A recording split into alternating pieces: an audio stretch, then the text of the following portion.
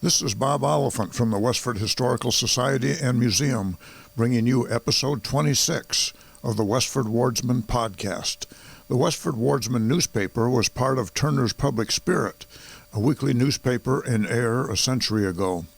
In this episode, we'll be reading the Wardsman for the week ending Saturday, June 27, 1908. I will add commentary to elaborate on what was happening in Westford 114 years ago. So the first item on June 27th, 1908 was the About Town section. The Lowell High School team, which was to play the Westford team last Saturday, canceled the engagement in order to play a game for benevolent purposes with St. Joseph's parochial team at Manchester, New Hampshire. In place of the Lowell High, the Ballardvale team was arranged for, a strong team that played here last year and were defeated. They were promptly on hand and went into the game like winners. It was a close, evenly matched game, and after contesting 9 innings, the Westford team won, scoring 1-0. James H. O'Brien is ill at his home on the Stony Brook Road from a severe cold and hemorrhages, it being a relapse of an old weakness. Frank C. Drew is thoughtfully improving the outlook toward the new schoolhouse at Drew's Corner without expense to the town. Warren E. Karkin is the landscape gardener carpenter. Reverend Henry C. DeLong, who has been pastor of the Unitarian Church in Medford for 40 years, will conduct the services at the Unitarian Church Sunday. As an old and intimate friend of Mr. Bailey, he generously offers his services until the latter more fully recovers his normal strength. Mr. McDonald, Superintendent of Roads, is repairing the Sandy Hill on Stony Brook Road east of the residence of J. H. O'Brien.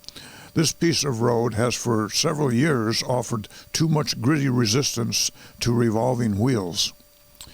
The potato crop in the Stony Brook Valley is seriously petitioning for more moisture.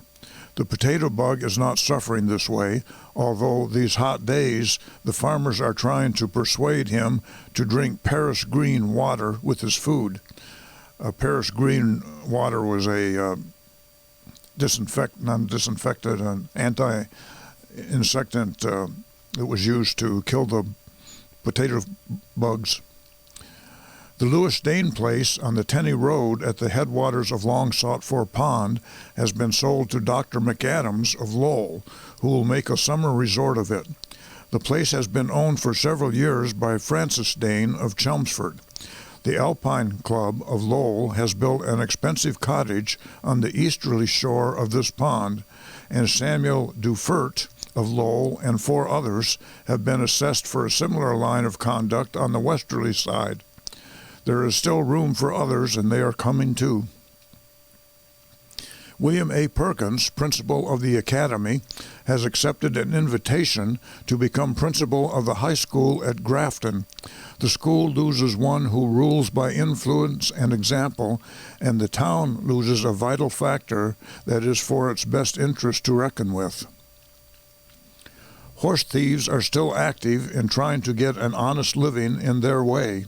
On a recent night, an attempt was made to secure an entrance into the barn of Arthur H. Burnham on the Chelmsford Road.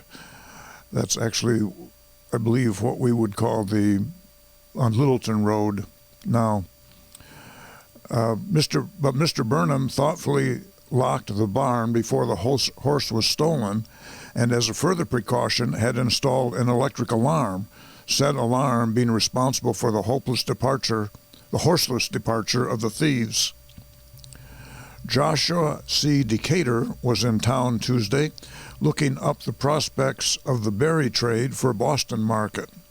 He is a successful and reliable commission merchant at Faneuil Hall and will return all that is coming to you. John A. Taylor is home from teaching at Keene, New Hampshire, and commencement at Amherst College, where he met Reverend John C. Kimball, a former pastor of the Unitarian Church in town. He was pastor in Westford from 1892 to 95. His host of friends here will be sorry to learn that he has lost the sight of one eye. John Taylor, who is referred to here as Samuel Taylor's son. George C. Moore is making extensive repairs on the cottage at Brookside, formerly occupied by Mrs. Edward Moore. George Moore was a mill owner for the mills in Brookside at this time, I believe. Nathaniel J. Decatur is busy cutting the grass on the old Putney place and has the contract for cutting the grass on the farms of John H. Decatur and Mrs. Charles H. Fletcher.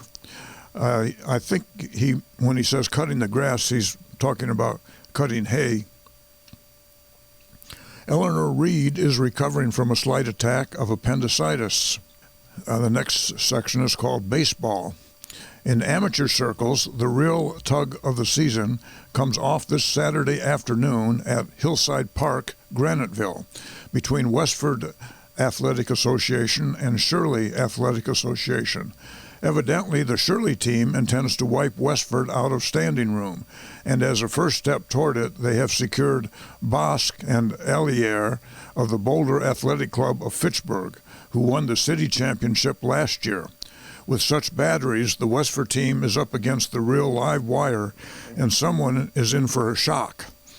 As Westford has been beaten only twice this season, it is evident that there is a good deal of the somewhat in the Westford team for someone to get tangled up with. They have fortified for the contest with Butler and Hornell as the battery. Quite a company is expected from Shirley and Ayer, and of course all Westford will turn on the full force of their enthusiasm. The assessors have got at those interesting figures that so delight the taxpayer. The total valuation of the town is $1,753,482. That compares with a little over $5 billion in the 2020 evaluation. The 1908 assessment was a gain of $78,000 over 1907. There was a shrinkage in the personal property of $5,800. The number of horses was 400, a gain of 15.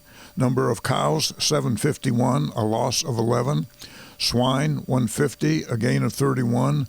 Hens, 3,245, a loss of 740. This class of watered stock were not as responsible for shrinkage as commercial stocks. The number of poles assessed was 692, a loss of 33, but the assessors feel confident that the moneyed value will equal last year. While at time of writing the rate of taxation had not been fully determined, enough is known to make it quite certain that the rate will be $14 on 1,000, about $1 less than last year. All these figures, however, may vary from 5 to 6 cents worth. The next section is the Westford Center section. Mrs. Catherine Lent Stevenson will make an address in the vestry of the Congregational Church Thursday, July 2nd at 2:45 under the auspices of the local WCTU. That's the Women's Christian Temperance Union. Mrs. Stevenson is president of the state union and a woman of much charm and ability. She has spoken in Westford before, and many will be glad to hear her again. All are invited. Miss Lila C. Fisher starts next week for an extensive trip through the West. The trip includes some of the beauties of Colorado, California, Salt Lake City, and the Yellowstone Park.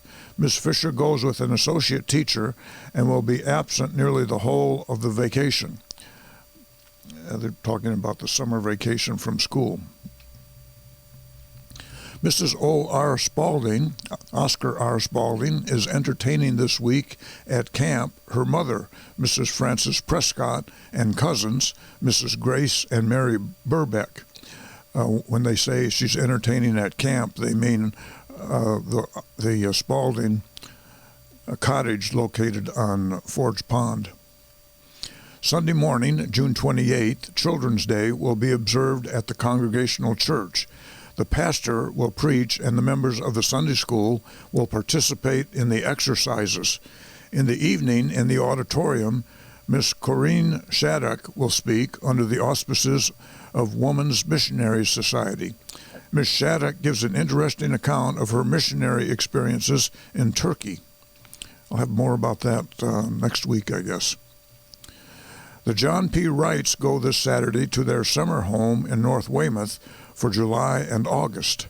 Everybody wishes the genial John and his family a pleasant vacation, but we shall sincerely miss their presence in our midst.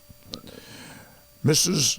Mabel Drew, Julia Hall, Jenny M. Chandler, Edith A. Wright, Edna L. Ferguson, May Balch, and Archie Hartford are at home from teaching for the summer. Among the students at home are Natalie Sleeper, Blanche Waller, and Alice Howard. Edward M. Abbott and Harold Hildreth, members of Company K, 6th Regiment of Lowell, returned to their Westford homes last Sunday morning after attending the military encampment at Pine Plains, New York. They were none the worse for their varied experiences with the severe storm, the first of going into camp. At the ball game at Stony Brook Park last Saturday, Leon F. Hildreth's bicycle was stolen. Leon was 13 years old at the time. By a little skillful investigation, it was located and restored to its owner the following day. The sum of money found and advertised by M.W. Sutherland recently has not yet found a claimant. It was erroneously reported that Charles F. Whidden was the owner. He lost a sum of money, but not the same amount as that found by Mr. Sutherland. The next section is the Grange. Children's Night last week Thursday evening was an enjoyable affair and reflected much credit upon the children who took part and those who had it in charge.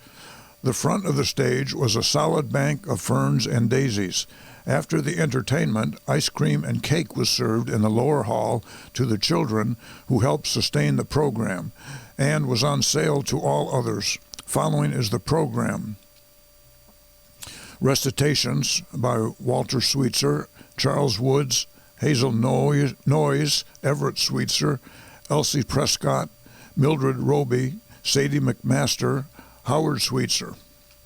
Piano solos, Rachel Wall, Miss Robinson. Piano duet, Mrs. Grace May and Maud Robinson. Violin solos, Walter Steele.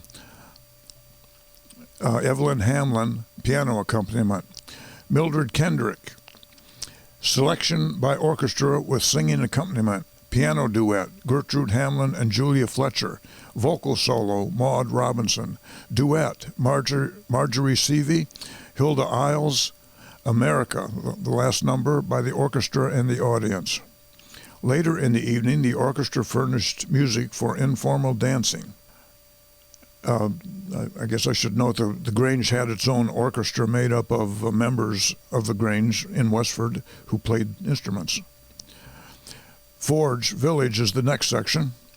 Little Albert Mountain, who was nearly 8 years old, ran against the scythe when his father was mowing, first of the week, cutting quite a gash in his leg.